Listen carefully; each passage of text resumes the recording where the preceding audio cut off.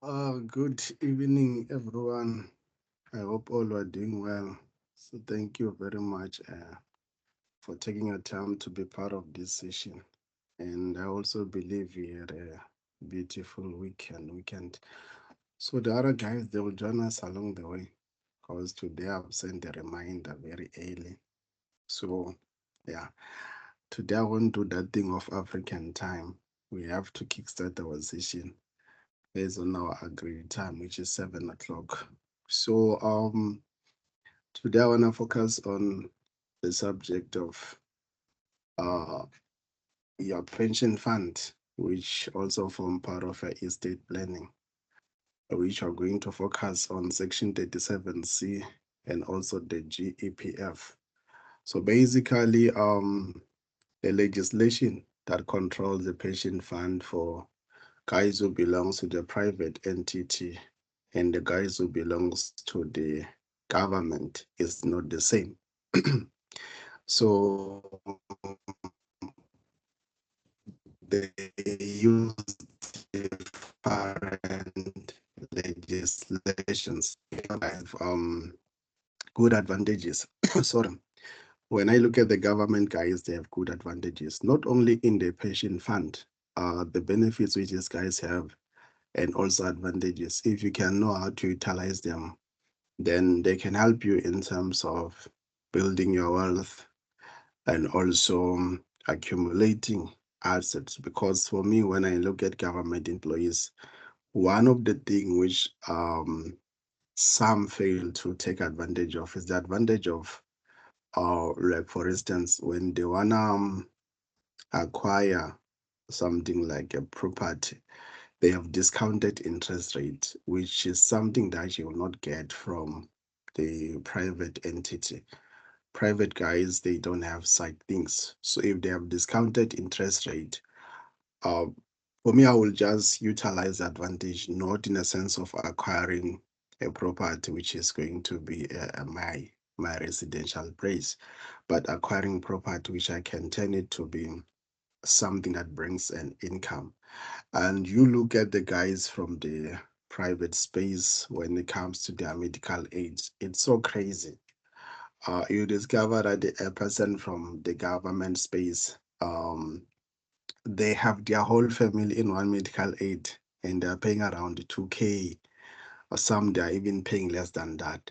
But you go to the private space guys, you discover that with their medical aid, an individual is paying around 4K, 4.6, and the entry level they're paying around 1.7 individual, excluding family members, just that individual owned. So you look at these guys with this kind of advantages which they're having, and you ask yourself, are they realizing that these advantages are for a time because they are not there forever?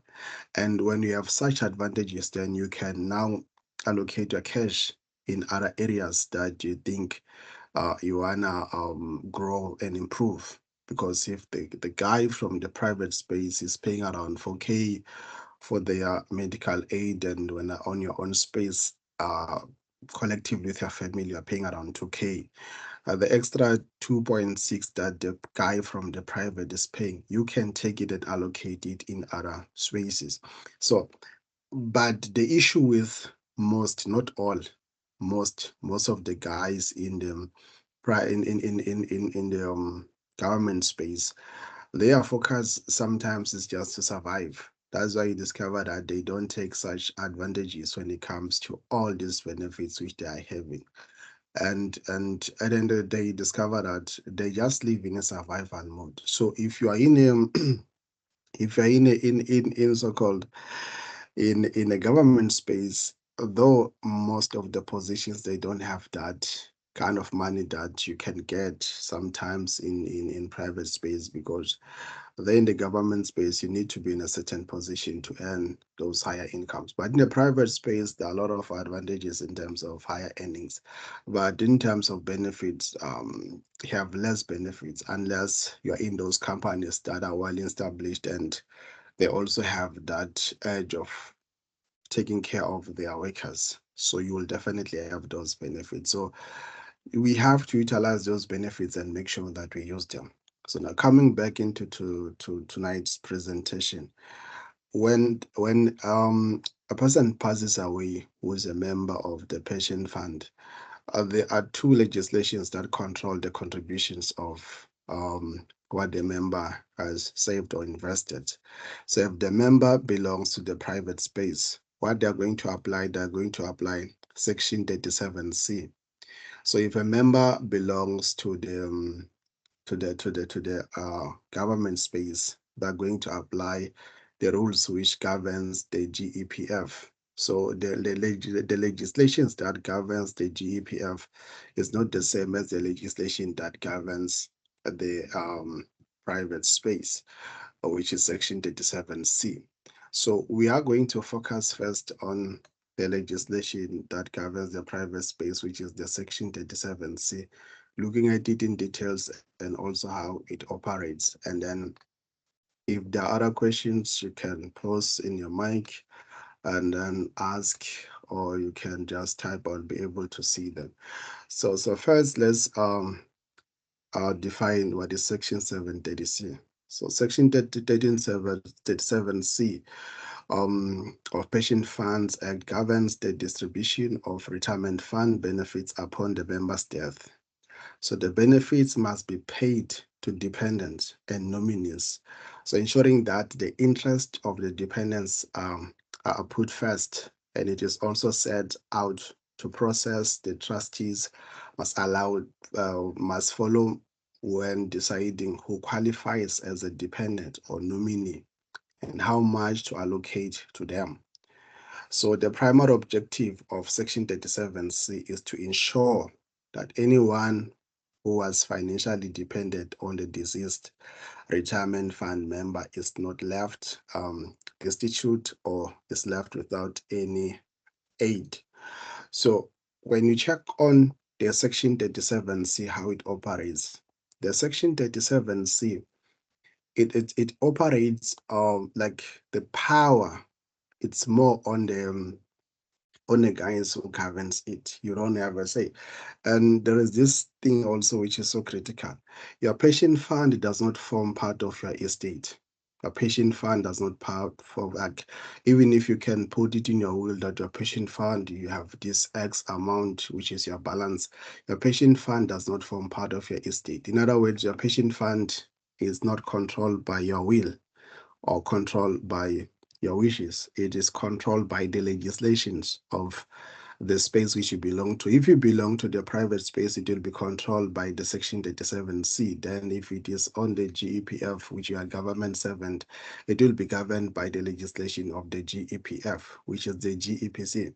So you don't have power in it. Those guys are the ones who controls it. So when it comes to Section 37C, you will discover that the guys who are more powerful in your pension are the guys who are controlling it, because they are the ones who are going to take the process and make sure that everyone who was depending on you.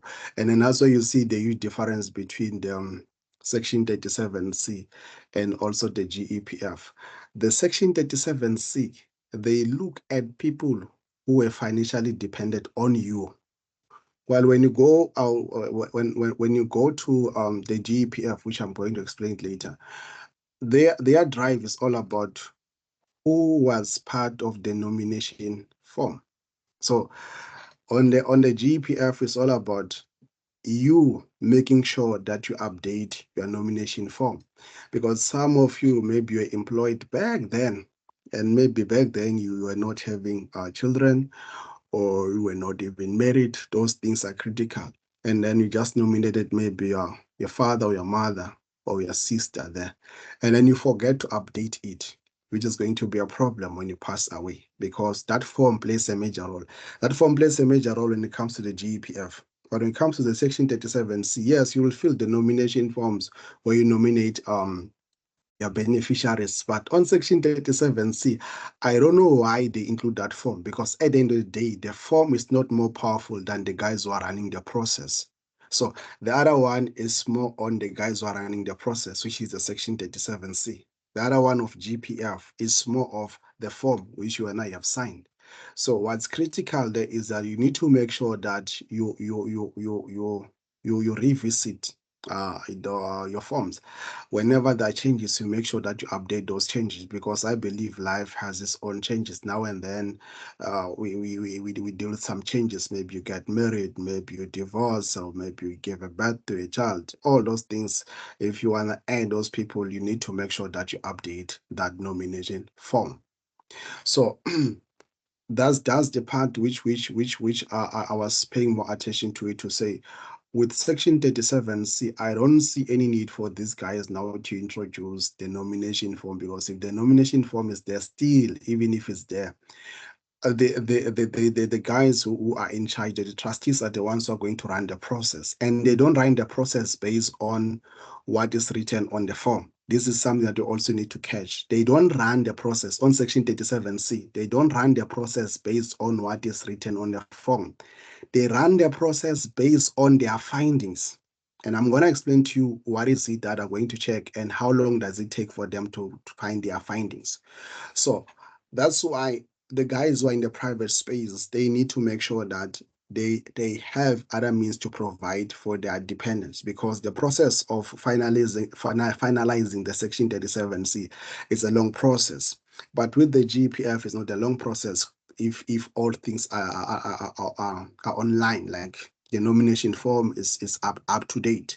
So now, with the guys of the Section 37, see, their process is too long. Hence, I said, I don't understand why these guys have to include now the nomination form to say, okay, you can nominate. Because even if you nominate those people, they're not going to follow what you have written on paper. They're going to follow their own process. And then their process is too long. And then there are some scaling which they are going to do in their process. And the scaling which, the find outs which they're going to find on their scaling is the determining factor on how the funds on the patient funds are going to be contributed. So, okay, there are some definitions which I need you to get in order for you to understand the section 37C. So, we have the Board of Trustees. So the Board of Trustees, these are the governing body of the retirement fund. These are the people who carry the legal liability and to execute Section 37C fairly. So these are the people who are in charge of the process, the whole process, the Board of Trustees. So Section 37C use the Board of Trustees. So we also have beneficiary. Now, this is the people that you have nominated or you have included when you sign that form of nominating your beneficiaries. The same things with nominee. But what's so tricky is in terms of dependent.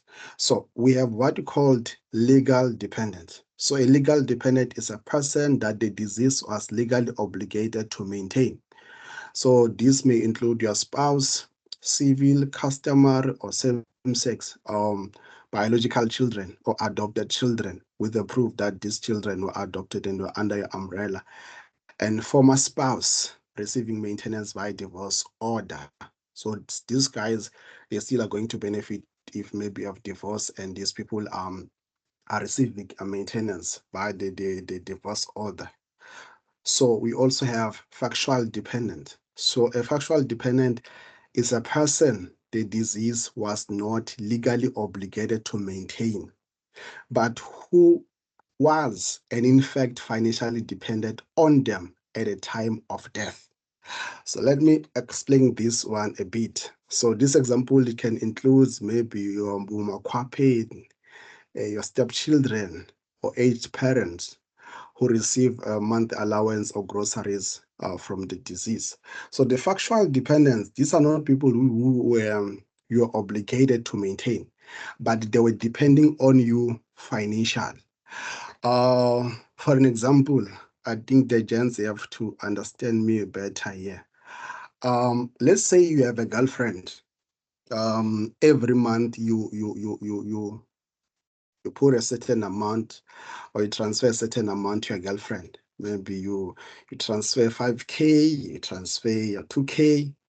So all those transactions which you are making, remember the Section 37C process is long. So these guys, when they start their process, they are also going to check the transaction which you are making. in a process. So maybe there is this consistent transaction which you're making, you're contributing maybe to a girlfriend, contributing maybe on a 5K. So your girlfriend is also legally included in your pension fund, because if your girlfriend can come and say, I was dependent on this person, they will want a proof to us, and then your girlfriend now prove to say, here are the transactions that I was like, the person was sending me money, and then they'll check those transactions, and if they approve those transactions, it's even far more than to say the person will just receive from you, because they will still continue the process of assessing. When they assess, I will explain it when I go down, but just to give you a glimpse of part of their assessment, they don't distribute your pension fund based on who is the wife, who's the biological child, who's not the one of the things that they do, they check who is really in need of financial backup. For an example, if my wife is working and the girlfriend was receiving the allowance is not working, then my girlfriend is going to receive more than my wife, because they will say my wife is capable to have an income. So then the girlfriend will not be able to take care of the liabilities or the house responsibilities and other needs. So she's going to receive more than my wife. That's legal. It's Section 37C. I'm not talking about you guys from government. So now, if now I give my wife, I mean my girlfriend, some monthly allowances, those things can come back and backfire to me. So I'm not promoting Jolo, but if you guys are contributing something there, even you who are women, and sometimes you can do the same to your boyfriend. I think the safe way it is a person who is going to withdraw the money and give you hand cash, because that one there will be no proof to say this one was giving me monthly allowance. There's no proof, because you withdraw the money and then they can't trace where you have spent the money. But if the records are on, on the bank statement to prove that the transactions were made, and then this person was receiving something from you, then definitely that person will have to inherit something from your pension. Those of you who are running, like, I just want to give another example. Those of you who are running property businesses, when SARS, because there are some things which are included in terms of your reducing your taxes, but there are some things are not included. For an example, if maybe there are some funds which you have used to maintain, we could call it maintenance and repairs. If there are some funds which you have spent to repair and to maintain your property, you have the right to claim those funds from SARS, because it's part of what you can claim from SARS. But there are some things which you cannot claim from SARS. So, but you cannot say to them, hey guys, I did 1, 2, 3, and 4 and 5. They will definitely want to see the receipts, because that's the key point. So if you don't have a proof, then you can't go to SARS and say, I'm requesting for rebate. You can't do that, because you don't have a proof for that. But if you have a proof for that, if you have invoices that definitely prove that you went to a certain hardware, you bought a paint, you bought nails, and then you can prove that to them. And then it cannot form part of your capital gain, because remember, they have to charge you based on the amount which you have made on your capital gain, not the whole movement of the cash. So now same thing when it comes to this subject, that if there is a person, I was given an example with a girlfriend, that your girlfriend can go there and say, I was dependent on this person, and then this person was giving me this X amount. Then now part of your pension needs to go to that girlfriend. And even stepchildren can come again. I don't know. We also have such a case the late deputy president David Mabuza now in court. I don't know how he's proceeding. So now this person can, even my stepchild can come to say, I was dependent on my father. My father used to pay for my medical bills, or used to pay for my school fees and this and that. And then as long as there is a proof, that person will also benefit something from me. Even my parents can come to say, we're depending on him. And then since they have approved that they were depending on me, then they are also going to benefit from my estate. So if I don't know, like I don't know how to put it, but if maybe when there is someone whom you are taking care of, and then you are doing this out of goodwill, you must find an alternative to, especially as I'm talking about guys who are in the private space, you must find an alternative to clarify things in terms of taking care of that individual, because that individual can come back to claim something from your pension fund. So you must find a better alternative on how you are going to do it. Because if you don't do that, it can backfire. And then now, the people who are supposed to benefit from your pension, you discover that they get less compared to those guys. And likely, amen, I believe that most of us, when we pass away, our children will be independent. They will be maybe working there, running their own businesses. And when these guys, the board of trustees, when they assess them, they discover that, but these people that are independent, they don't need much of this. But we have this one on the list, this one needs more of this. Then you discover that they earn more. I was reading somewhere on this article that certain family, it was so hard.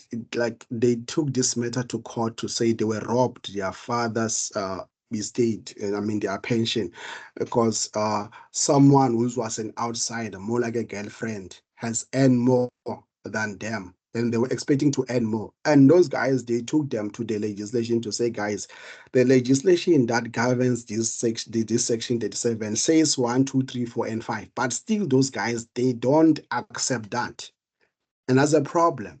So we need to make sure that even if it's not our girlfriend, if there are people who are depending on us financially and we are taking care of them, we are sending them money maybe month to month, we need to clarify things. We need to find an alternative that it cannot backfire upon us later. So the question is then, how does this section 37C work, or how is it applied when you passed away?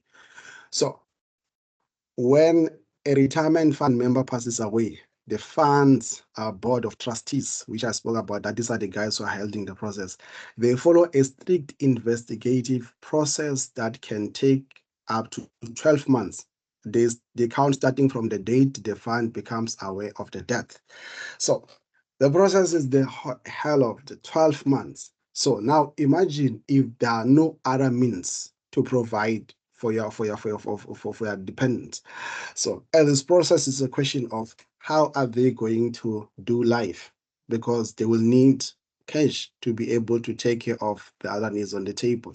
So, what I can also suggest to you guys is this. I'm also going to our next session. I want to teach about expenses which they are laid upon your estate, because most of the time we think of our estates and we plan of everything, but we don't think of the expenses which are upon our estate and which are too high, very high. So I'm gonna teach about them and suggest other alternatives which one can use to take care of those expenses, because your estate is not just distributed like that. Your estate come with a lot of costs. There are a lot of people who are going to benefit from your estate beside the beneficiaries which you have nominated. So I'm going to teach about those expenses and we find an alternative on how we're going to take off it. Now, coming back to the issue of this process of 12 months, just imagine the whole 12 months your beneficiaries are waiting for the guys to finish the process, the board of trustees to finish the process.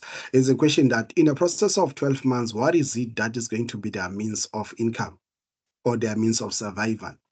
So that is why now you need to have stuff like your life cover, because your life cover, you don't need to go through all this process of Section 37C. Your life cover, as long as you have nominated a beneficiary there, that's it, is done. Even if you don't write it on your will or your life cover, as long as there is a beneficiary nominated there, then that money will be given within a short space of time.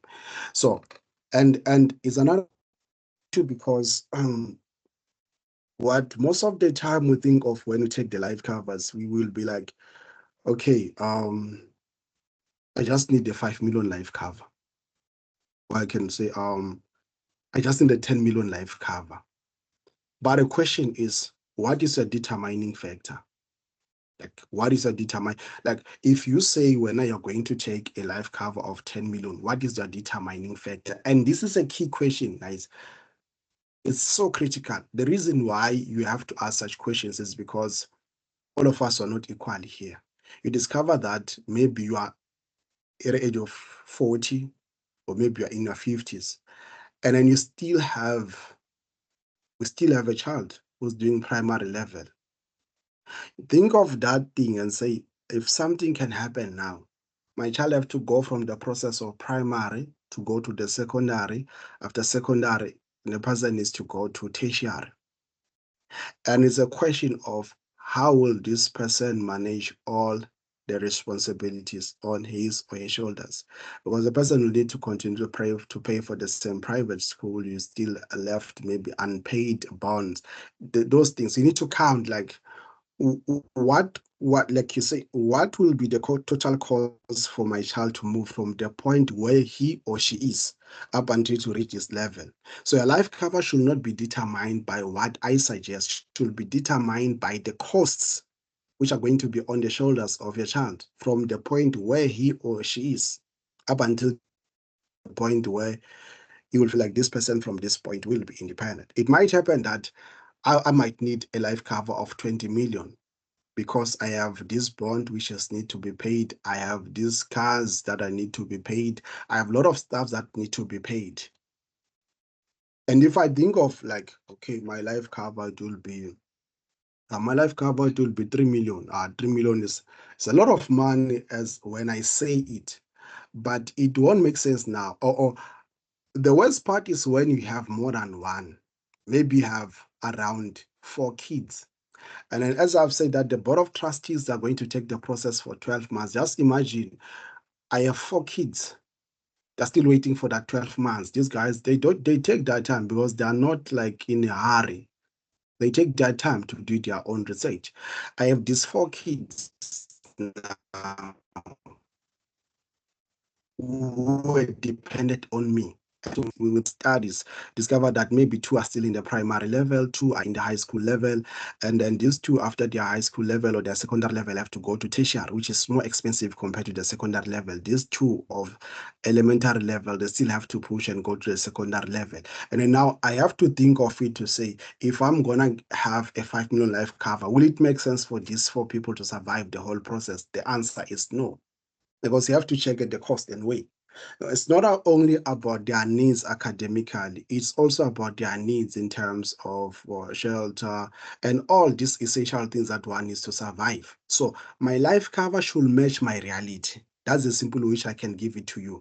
Your life cover needs to match your own reality, not what maybe your friend has suggested to say, I have this life cover. I was looking at this guy. It's not even a joke, but I was so disappointed. I said, okay, which life cover I having? Then it say I have this life cover so and say for how much? And then the guy is telling me that it's 200,000. I say 200,000. How many kids do you have? That guy is having 1, 2, 3, 4 kids, and there is only one who's doing primary. The rest are still young. So you just calculate that if he can die now, what will be the way out for those 4? So 200,000, like bro, 200,000, it won't even make it for the whole year. So when now you're going to pick a life cover, your life cover needs to match your own reality. It has to match your own reality. It's not be something that you guess. The problem, like, is the same thing. If you speak of retirement, retirement is not a guessing game. Your retirement contribution needs to match your reality. It needs to match your reality because the kind of life which you are going to live there, the kind of responsibilities which you're going to have there, then your contribution should match that. And even the contribution momentum. Maybe for instance, as an example, I contribute around 4K towards my retirement. You discover that when the light started to shine, or like to shine on you when were around your 40 something or your 50s, your contribution momentum will not be the same as mine, because he discovered that, I'm still on my 20s. That's why I even contribute around 4K. When I need to double the effort, because now you are closer to retirement. And also the determining factor is the issue of the kind of lifestyle which you are going to live there. Because if you say you're going to contribute the same amount which I'm contributing, you are closer to the finishing point. And when you go to the finishing point, you discover that there is nothing called preparation. In your mind, you say you were preparing, but in reality, you discover that you're not preparing at all. So, guys, I put this to you to say, if you are going to contribute towards your retirement, look at your age and deal with your own realities. It's not an easy thing, because obvious when you look at stuffs like that, dealing with your own realities, you feel like it's stressing. But that's the reality that you have to deal with. If you speak of your life cover, please go back and look at the responsibilities on the table and make sure that when you take that life cover, it matches your own reality. Don't just pick something because your friend picked it or someone suggested to you. You need to make sure that you pick something which matches your own reality. If you are going to have a child at the age of 30 or 35, you need to make sure that those people are counted when you draft your own life cover. You need to make sure that you also have some alternatives which can be the umbrella for them while they are waiting for this Section 37C guys to finish the process. And the thing is this, the more you procrastinate is the more you cost yourself. That's the issue. That what I've noticed about people is like they procrastinate. They assume there will be a certain good year where they'll start these things. You have to start now. You have to say, tomorrow is Monday. What is it that I need to do? You schedule to say, I need tomorrow. I have to start from tomorrow to call each and every pension fund scheme to check which one can be affordable and meet my needs. Like, it's the same thing when a person said, which car insurance is best? No, bro, we are not, like, our needs are not the same. Maybe I need an insurance for one reason, and only need the car insurance for 5 reasons. So the right insurance is the one that meets your need. That's the best answer which I can give you. The right insurance is the one that meets your need. So you have to define your needs before. Like, the first thing to do, guys, is not to look for a cheap insurance. The first thing to do is to define your needs. After defining your needs, then you'll get something which is going to be equal to your needs. So when you do the shopping based on something which is equivalent to the needs which you're having on the table. So don't just say I have this cheap one, because sometimes cheap is expensive. So if you are in a private space, be sure that when it comes to a pension fund, the process is going to be more than 12 months. These guys are going to take their time to process everything, because they need to validate their decision, and they need to have concrete evidence that to say, we have distributed the pension fund of so and so based on this information, which is legit, and the information is not biased. So they need to make sure that they follow through the process. So I'm begging you guys that even if you know that they're contributing towards your pension fund, please have a life insurance. That in the meantime, when these guys are dealing with their processes, your life insurance will be able to take care of the needs on the table. And your life insurance needs to match your own reality. So now, on checking the how it works, the Section 37C for private space, guys. So the first step which they do, they identify and trace. They have to trace everyone was dependent on you. So the trustees must conduct a investigating process to identify all dependents and nominated beneficiaries. So even those who have nominated, then they'll count them, but they still have to check more and more who was depending on you on you financial. So they will look at your family structure, they will look at your bank statements. So all this money that you're contributing, wherever you're contributing, they're going to look at that. And they'll also look if you have some divorce orders and affidavits. So sorry, the rule of the courts has established this rule that they need to make sure that no stone is left unturned. So they need to make sure that they check everything. That's why they have their whole 12 months to do that. So they need to make sure that they utilize specialized tracing agents and monitoring suspended monthly contribution payments to dictate unreported deaths. So consulting the Department of Home Affairs, Population Registration, and conduct interviews with your community leaders and your colleagues and your extended family members. So it will be a process of doing all this work of interviews, going to this one, because they want to make sure that they get the right info. They need to make sure that they get the right info. So during this process, people have to live. Remember, if I die today, doesn't mean everyone is dead. Life has to continue. And then those people who are continuing life, they still have needs. So those needs, they need to be met while they're still waiting for the process, because the board of trustees, they are given a period of 12 months to assess everything. So they are not only, remember, there's a nomination form which you sign, Akiri, when you prepare for your pension fund. But these guys, they don't follow what is written on paper. They are tracing everything that has to do with me. And then they check exactly who was depending on me financially. If there is a person maybe whom I was paying their medical aids, they will be counted there. So it means part of my pension has to go to those guys that I was taking care of them. And everyone, because they'll also check the bank statements, they have access to everything that belongs to me.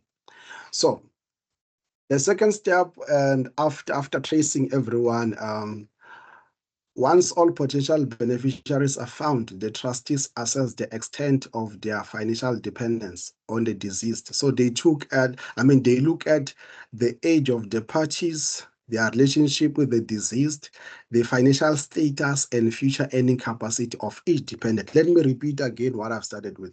So now when they've collected the data of who was depending on me financial, now they have to come to say we have 5 people which have found in the process. And then maybe they've also find Makwapeni there. These guys, when they look at this, they're not going to say, oh, this one is the wife. So the wife is entitled to 50%. Yeah, forget about those things of this one is entitled to 50% because it's a wife that was married to the guy. No. They will look at the financial status of each and every dependent that was found. So if my wife is earning something and you discover that, my wife is earning more, and then you have my girlfriend, or you have my man, or you have my sibling, or you have anyone there on the point who was depending on me, and then this person is unemployed.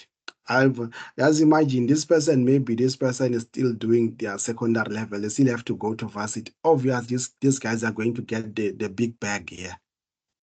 Because my wife there is working and can take care of herself. She'll get something.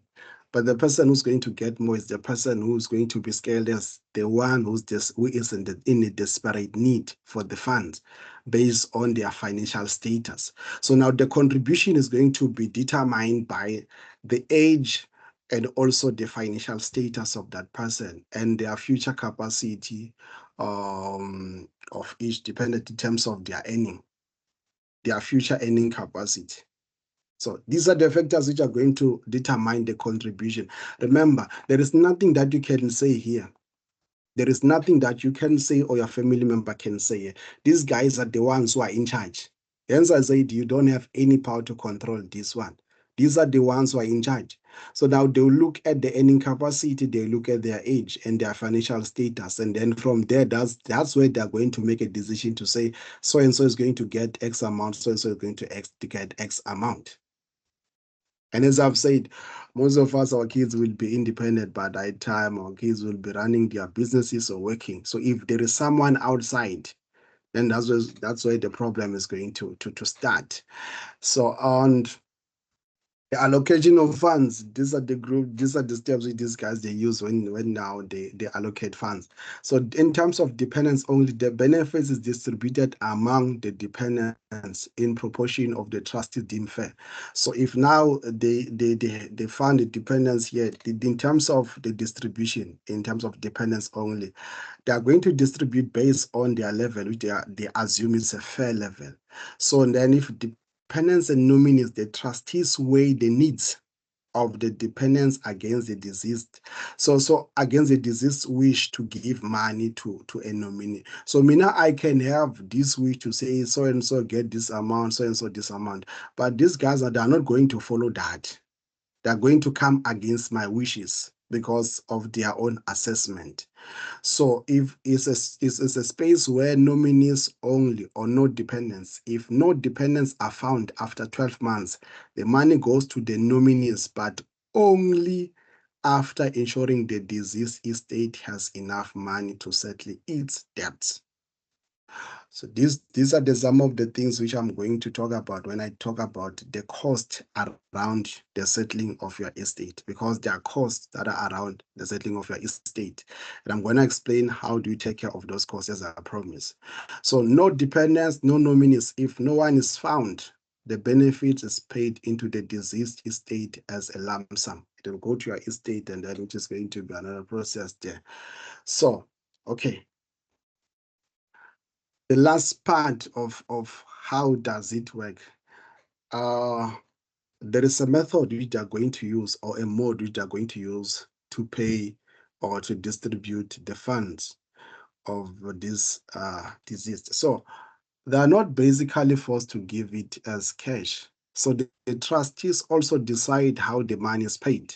So it can be paid as a cash lump sum or used to buy an annuity. For me, this one can be good because an annuity is like taking the money which the guy had and invest it, and then it's going to be like the dependents are getting the interest of the investment, which can last for a long period.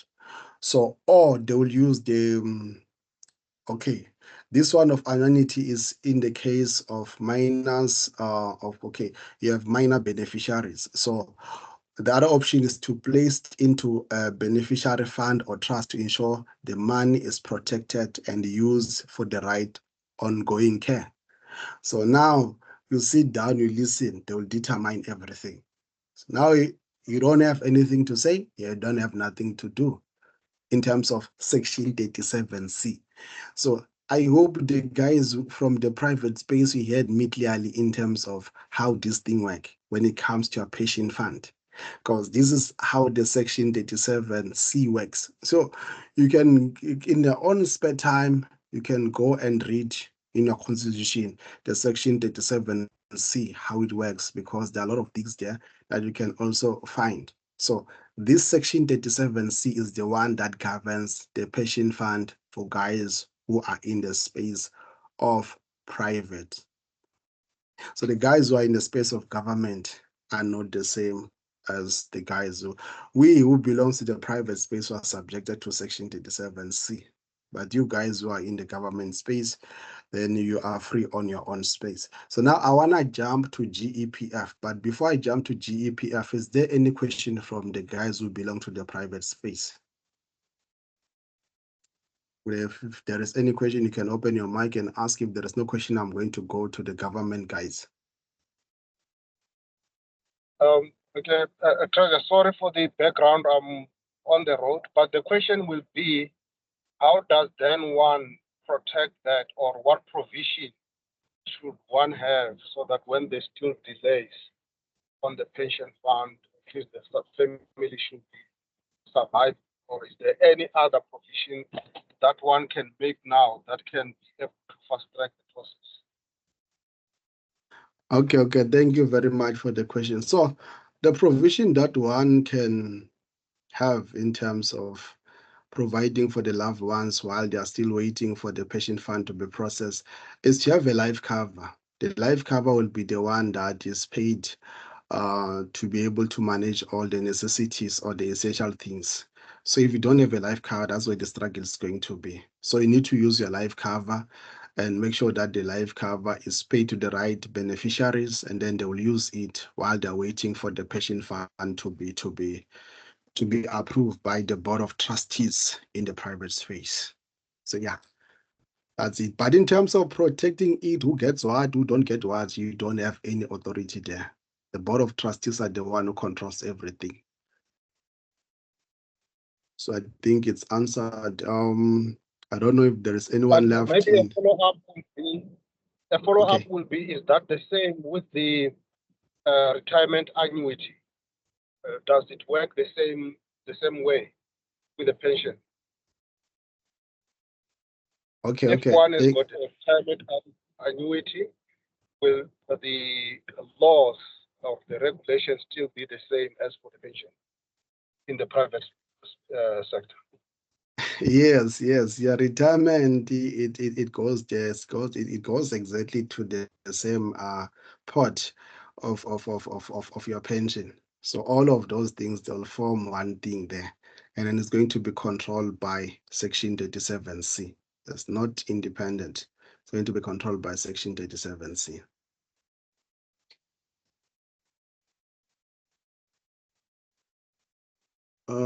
Okay. It seems Thank you. like okay. Okay, thank you. So it seems like the guys from private space are covered. I don't know whether you're covered, you are still shocked, but that's your own reality. That's our reality because I'm also part of you. So now let me go to the guys of government. Okay, the GEPF guys.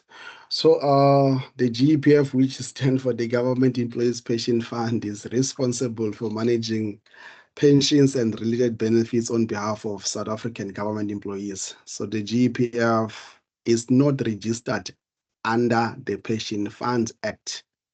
So instead, it is governed by its own specific legislation. So the legislation is called the Government Employee Pension Fund, which is GEP.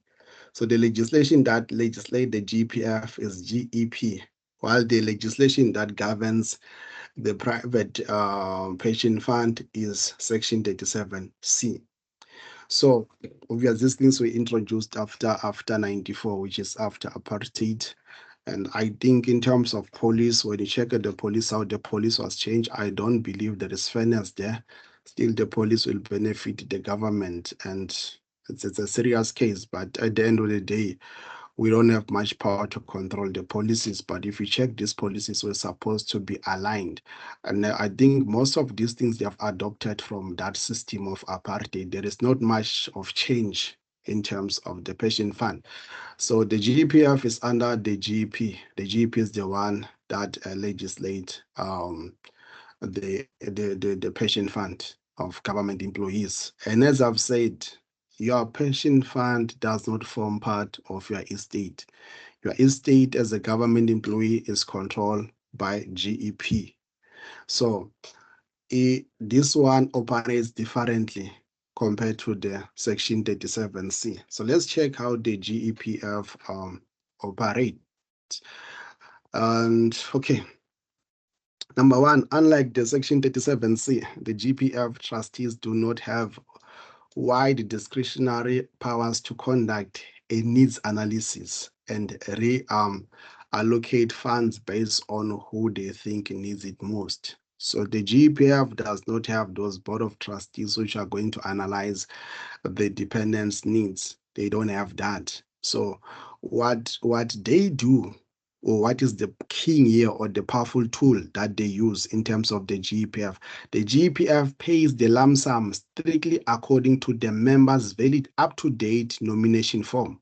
So if you nominate your sister to receive 100% of the lump sum of the GPF, I mean the GPF will pay it to her, even if you have a spouse or children. So this is the thing which I have highlighted from the beginning now. The GEPF does not use the process of the Section 37C where they have to do needs analysis. These guys they follow through the nomination form which you have used. So which now is critical. Because sometimes you start to work at an early age. Maybe you're still single, not married, not having kids, and when you start to work, you just say, okay, the beneficiary will be my mother, my father. And because of life, you know how busy life is, you forget to update your form. So what's critical, guys, is okay, you can request that form and check it. And then if there's some edits that you need to edit, please make sure that you edit it. Like, don't be ignorant to stamps which are essential, and make sure that those papers are up to date and there is someone who knows about it. So you need to make sure that you check your nominating form from the GEPF, making sure that everything is up to date. So the GEPF follows what is written there. But my question sometimes it's personal. I don't want anyone to answer me. My question is, what is it that you are using to scale your beneficiaries? Like the people that you nominate there, especially for people who are single parents, because single parents they also have a serious struggle. They want to nominate beneficiaries, and obviously they can't nominate their children because their children are still minors, and then they have to nominate someone. My question is, which scale are you using to scale that person? And okay, one thing which I've learned about money, personal is a personal thing, is that 1 million far away from me is manageable than 1 million closer to me. When I have it, it's not the same as when I didn't have it. I only had it in imagination. When I have it here with me, it's not the same. Like uh you can say, Mina, I can be trusted with 5 million. It's because you have never had 5 million in your hands. But by the time you have 5 million in your hands, and the hardest part is that if it is for the first time you're having a 5 million in your hands, it will be most of the time it will be a worse scenario for you. Like out of nowhere, 5 million, boom, yeah, it's in your hands. So my question is, when you nominate those beneficiaries, because you're not forced to nominate who you nominate, it's your choice. Uh, what pushes you to nominate that person? I remember back then, I also wanted to work for government. I remember I was given a contract to sign. Then they asked me if something happens, you will be a beneficiary. And I went straight there and said, my mother. It's because I had another perspective back then. The perspective that I had then and the perspective which I have now is way different. Because I believe as far as you grow, it's just to understand things in another angle. And because of some of the scenarios that you have seen around black people when it comes to money, it also helps you to shape your mind right. For me, I always feel sorry, especially for single parents. It's a difficult game, this one to play. And then obvious, sometimes you will be asking yourself questions. Will these people be faithful enough to take care of my children? And will they be faithful enough to follow through what I've written down? Because obviously, if now you're a single parent and then your beneficiaries are minor beneficiaries. It's a question that whoever you're going to trust then say is going to be the person as nominated to be responsible for your children. And it needs to be a person who have your heart and a person who will really follow through your plan. And it's a difficult one because you can't guess people. Like we are unpredictable. We are unpredictable. And especially when it comes to the issues of money, but unpredictable. So it's a question of how you're going to handle it. I've also seen some suggested when they were drafting these things of saying, since you're a single parent, you have minor beneficiaries, you have to nominate someone who's going to be faithful. I've also seen others. I've seen it's not something which I suggested. And what they were suggesting is that, let's say, for instance, you're a single parent and then you have minor beneficiaries, and then you decide to nominate me and say you are the one who's going to be responsible for my children. There was they were suggesting that if you nominate a person who's going to take care of your children, please add a certain percentage for that person so that the person won't be tempted to take something of your children and then use it for their own personal use. So I don't know whether it's working or not. I don't know, but these are some of the suggestions which I've had other people suggesting to say, if you're going to nominate other person to take care of your children, please make sure that the person is going to be responsible enough. But in the case of also nominating, like as I've said to you, that time when I still had an age to work for the government and they gave me a contract and I nominate my mother as a beneficiary. There are some factors which I didn't factor on the process is that my mother and I were not of the same age and were not even closer. And the worst part, I'm not even there, like I'm down there. So now there is a huge gap between me and my mother. So maybe by the time I go to 40, she'll be up there to her 70s. And it's also the stretching. Will she be able to stretch widely? at the age of 70 managing the pressure of having 20 million in your account, age of 70. Because these are some of the factors I had to think of. Because yes, she can have my heart and everything, but the issue is, will she be at that kind of age? If it was vice versa, it's simple. If it was me who's going to take care of her estate, it was simple because my mind is still sober. If she's 70, I'll still be down there in my 40s. But it's now vice versa. In my 40s, she's in her 70s. If I'm in my 50s, now she'll be in her 80s. So the gap is too much. So there's a question now, if now I nominate her to say, when I will be in charge of my staff, it's a question of, if I die in my 50s, she's in the 80s, will she be able to stretch? So these are not comfortable stuffs to think of, but these are the things that sometimes we need to factor on when we think of this thing. And then obvious, even if the question is not the question of my beneficiaries being minor beneficiaries, if now they are capable, because they say after 18 they are capable, it's a question of, in that 18, do they have the capacity? Because if you wanna go and and and and and have something of a bigger capacity with a small cup, you cannot contain it. So there is a lot of work that we also need to do on the ground. If these ones are going to take over, what is it that I'm doing in the process to prepare them? So it's a hard one. But for me, I will say to you this, guys, be sober minded, count factors whenever you decide your beneficiary. So for married people, they have bit of advantages because it's easier to manage these things. So now, as I've said, with the GEPF, you guys, what they depend on the nomination form. So you need to make sure that the nomination form is up to date.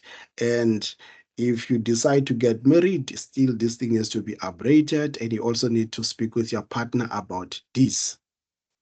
So now, okay, we are all still on the how the GPF is distributed, and then when you check,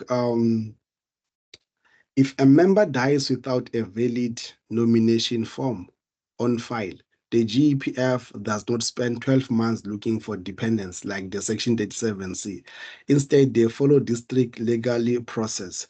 Number one, they will check, are you married? So if you are married, then the money is going to be paid on the surviving spouse. I know this one is not like a long process. If you are married and then there were no nominees in the form, you look, are you married? And then it goes to the surviving spouse. And then now just imagine, now you pass away, you have separated with this people, this person, or maybe you were married with this person, and then this person comes and then claim that this person was my wife. And then those guys, they have something legit. It's something else. So these are the things that you need to make sure that they are always up to date. Because if this person can come and say they was married to this person, and they have the proof of that, these people, they can also have a share in terms of your pension fund. And the thing about people who are married in terms of the GEPF, if this one member dies, the other member as a spouse will continue to get the percentage of what the other person was supposed to get. They'll get it continuously. So, and then the second thing, if there is no surviving spouse, so if there is no surviving spouse, it is paid to eligible children or orphans equally shares. So if there are no children, there is no spouse, there are no children, it is paid directly into the deceased estate, where it will be distributed according to their will, or interstate succession, and may be subjected to estate creditors, which is something else that it's caused at the other end. So these are the processes which they follow through. If there is no one that is there on the form, they'll look at the spouse. If there is no spouse, they're going to go to your children. If there are no children and no spouse, then it's going to go back to your estate. It's going to be contributed based on your own will. So then, who is legally obligated to benefit from your pension? As as a government employee. So number one is the lawful spouse or a life partner. So legally entitled to the spouse, the pension, and their own funeral benefit. The funeral benefit, I think, is around 20,000. There is 20,000, the funeral benefit of the GEPF. So if you are married, your lawful spouse will definitely inherit this, and then will continue to earn a percentage which you're supposed to earn. So also your children. So but since June 2018, the GEPF pays a child's pension to eligible orphan children under 22 and studying or disabled. So they are legally entitled to this monthly annuity if a parent passes away. But if they are above 22, I'm going to explain what happens if they are above 22 on the next slide. So what happens if a single member dies with children who are over 22? So because the children are over 22 and assuming that they are not medically disabled, they are no longer legally qualified as eligible children for the monthly pension fund. So if the member listed these adult children on their nomination form of beneficiaries, the children will receive their allocated percentage of once off death gratuity. So it's not the same as if this person is married. If this person is married, then the continuity of the contribution will continue with the living spouse. But if the person is not married and the children are above 22, it's going to be a once-off thing, and then they are done.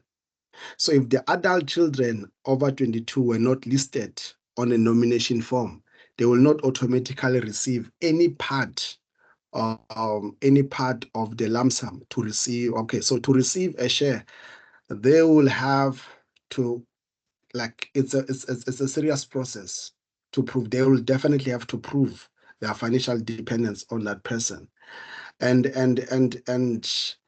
the board of trustees are the ones who are going to decide on this one. But they say this is a difficult threshold for independent adults to meet. So it's a difficult also. That's why I said you need to make sure that your nomination form is up to date. So then, oh, the other question is what happens if a member of GEPF dies in retirement, but when they die in retirement, maybe they were on their second year of retirement before the 5-year period.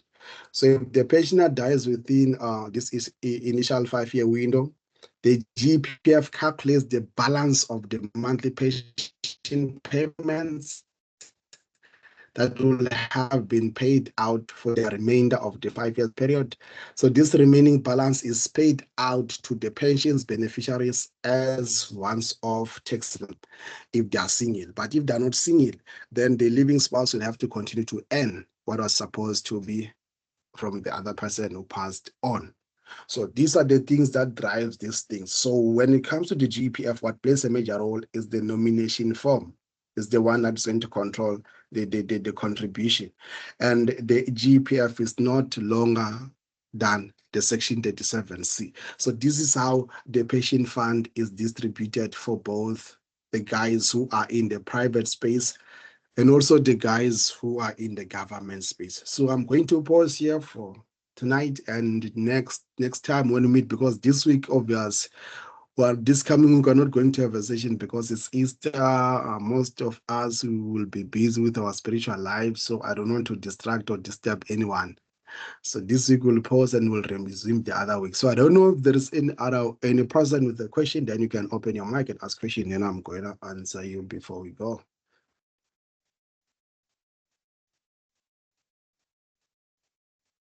Any question?